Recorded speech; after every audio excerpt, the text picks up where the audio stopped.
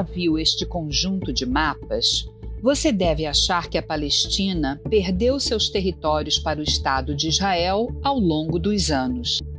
Você também deve ter visto que esse mapa já foi até usado para representar como seria se o Brasil fosse tomado por Israel. Imagina se fosse o seu país.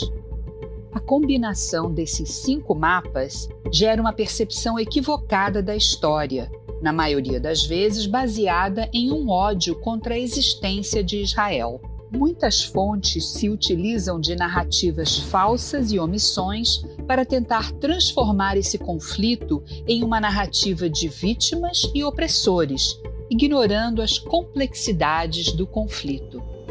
Mas a realidade é outra. Vamos olhar para cada um desses mapas e entender o que eles mostram. O primeiro mapa mostra a região da Palestina completamente verde. Mas nessa época ainda não havia um Estado palestino soberano. Não havia controle político palestino em um país independente. O nome Palestina referia-se à região, desde a época do Império Romano, de 135 a 390 da Era Comum. Mais tarde, toda essa região foi dominada pelo Império Otomano, que só se desfez em 1918 com o fim da Primeira Guerra Mundial. É em parte deste pedaço aqui da região da Palestina que hoje está o Estado de Israel, a faixa de Gaza e Cisjordânia. Essa região era conhecida como a Grande Síria e hoje corresponde à Síria, Líbano, Jordânia, Israel, Cisjordânia e faixa de Gaza.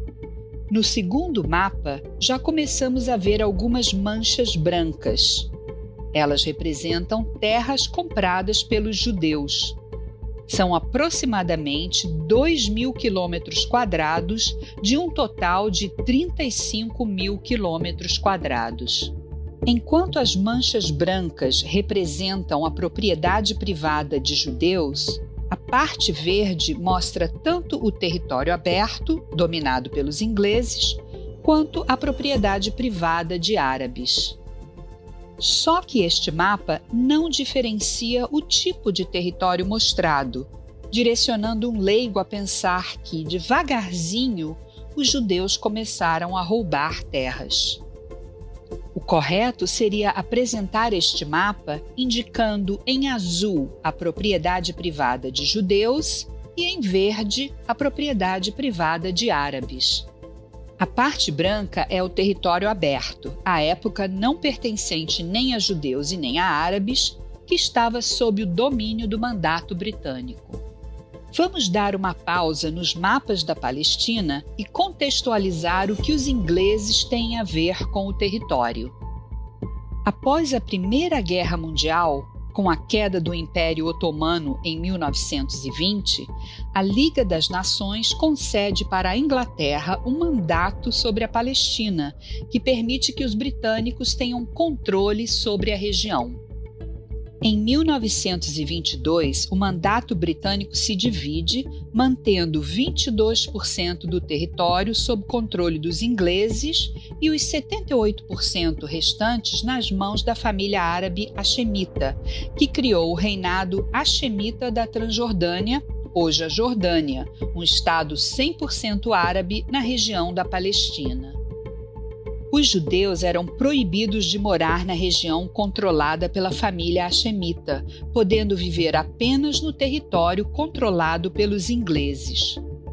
Em 1937, após uma série de protestos árabes contra os ingleses, a Inglaterra criou a Comissão Peel, que concluiu que o mandato na Palestina não estava funcionando.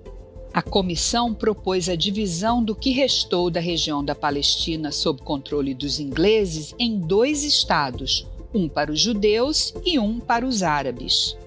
Os árabes rejeitaram a proposta e intensificaram seus protestos. O episódio ficou conhecido como a Grande Revolta Árabe e durou até 1939. O terceiro mapa é de 1947 e reflete a partilha da região da Palestina proposta pela ONU em 2 estados distintos, um para o povo judeu e outro para o povo árabe, que viviam na mesma região. A proposta da ONU previa 55% do território para os judeus e 45% para os árabes, visto que já existia um Estado 100% árabe na região da Palestina, a Transjordânia, atual Jordânia. A proposta da partilha da Palestina foi rejeitada pela Liga Árabe. Em 29 de novembro de 1947, durante a Assembleia Geral da ONU, Azam Pasha, secretário-geral da Liga Árabe, declara que, com a criação de um Estado judaico, a guerra que se seguiria resultaria em um massacre. 6 meses depois, os ingleses decidem sair da região e Israel declara independência. Os árabes não aceitam o novo país e iniciam a Guerra Árabe-Israelense de 1948, que ficou conhecida como a Guerra da Independência. A Guerra de Independência de Israel durou até 1949 e envolveu mais 5 nações árabes: Jordânia, Egito, Síria, Líbano e Iraque. Depois de 1 ano de guerra, Israel sobreviveu ao ataque simultâneo das 5 nações árabes e assinou acordos de armistício com Jordânia, Egito, Síria e Líbano. Com o final do conflito, Israel ganha controle de 78% do remanescente do território do então antigo mandato britânico na Palestina, o que nos leva ao próximo mapa do conjunto. O 4º mapa mostra o território de Israel após a Guerra de Independência. Ele vai ficar assim até 1967, quando eclode a Guerra dos 6 Dias.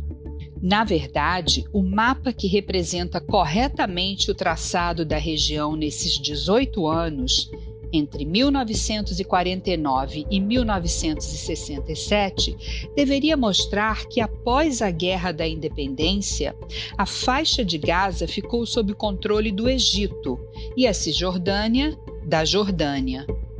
É importante frisar que as terras não foram tomadas de palestinos. Israel conquistou território numa guerra defensiva. A Cisjordânia foi conquistada da Jordânia. As colinas de Golã foram conquistadas da Síria. E o Egito perdeu para Israel o Sinai e a faixa de Gaza. O último mapa do conjunto mostra a divisão dos Acordos de Oslo, de 1995. A Autoridade Nacional Palestina nasce de um acordo entre Israel e a Organização para a Libertação da Palestina, um governo interino palestino criado para administrar o território e a população palestina dentro da Cisjordânia e da faixa de Gaza. Israel retira suas tropas de 43% da Cisjordânia, onde estão as cidades palestinas, e de 80% da faixa de Gaza, em virtude da criação de um governo palestino que irá exercer controle sobre os territórios onde moram 90% da população palestina. Em 2005, Israel se retira completamente da faixa de Gaza. Portanto, o mapa 5 representa em verde o que é de controle 100% palestino. A ideia do processo de paz é que os palestinos possam controlar, a partir de um entendimento com Israel, as áreas verdes representadas no mapa 4. Porém, isso só vai acontecer quando Israel tiver a garantia de que os árabes aceitarão a legitimidade da existência do Estado de Israel como um país democrático e o lar nacional do povo judeu. Enquanto isso, nós, da Stand With Us Brasil, vamos continuar esclarecendo o que é falso e o que é fato sobre o Estado de Israel.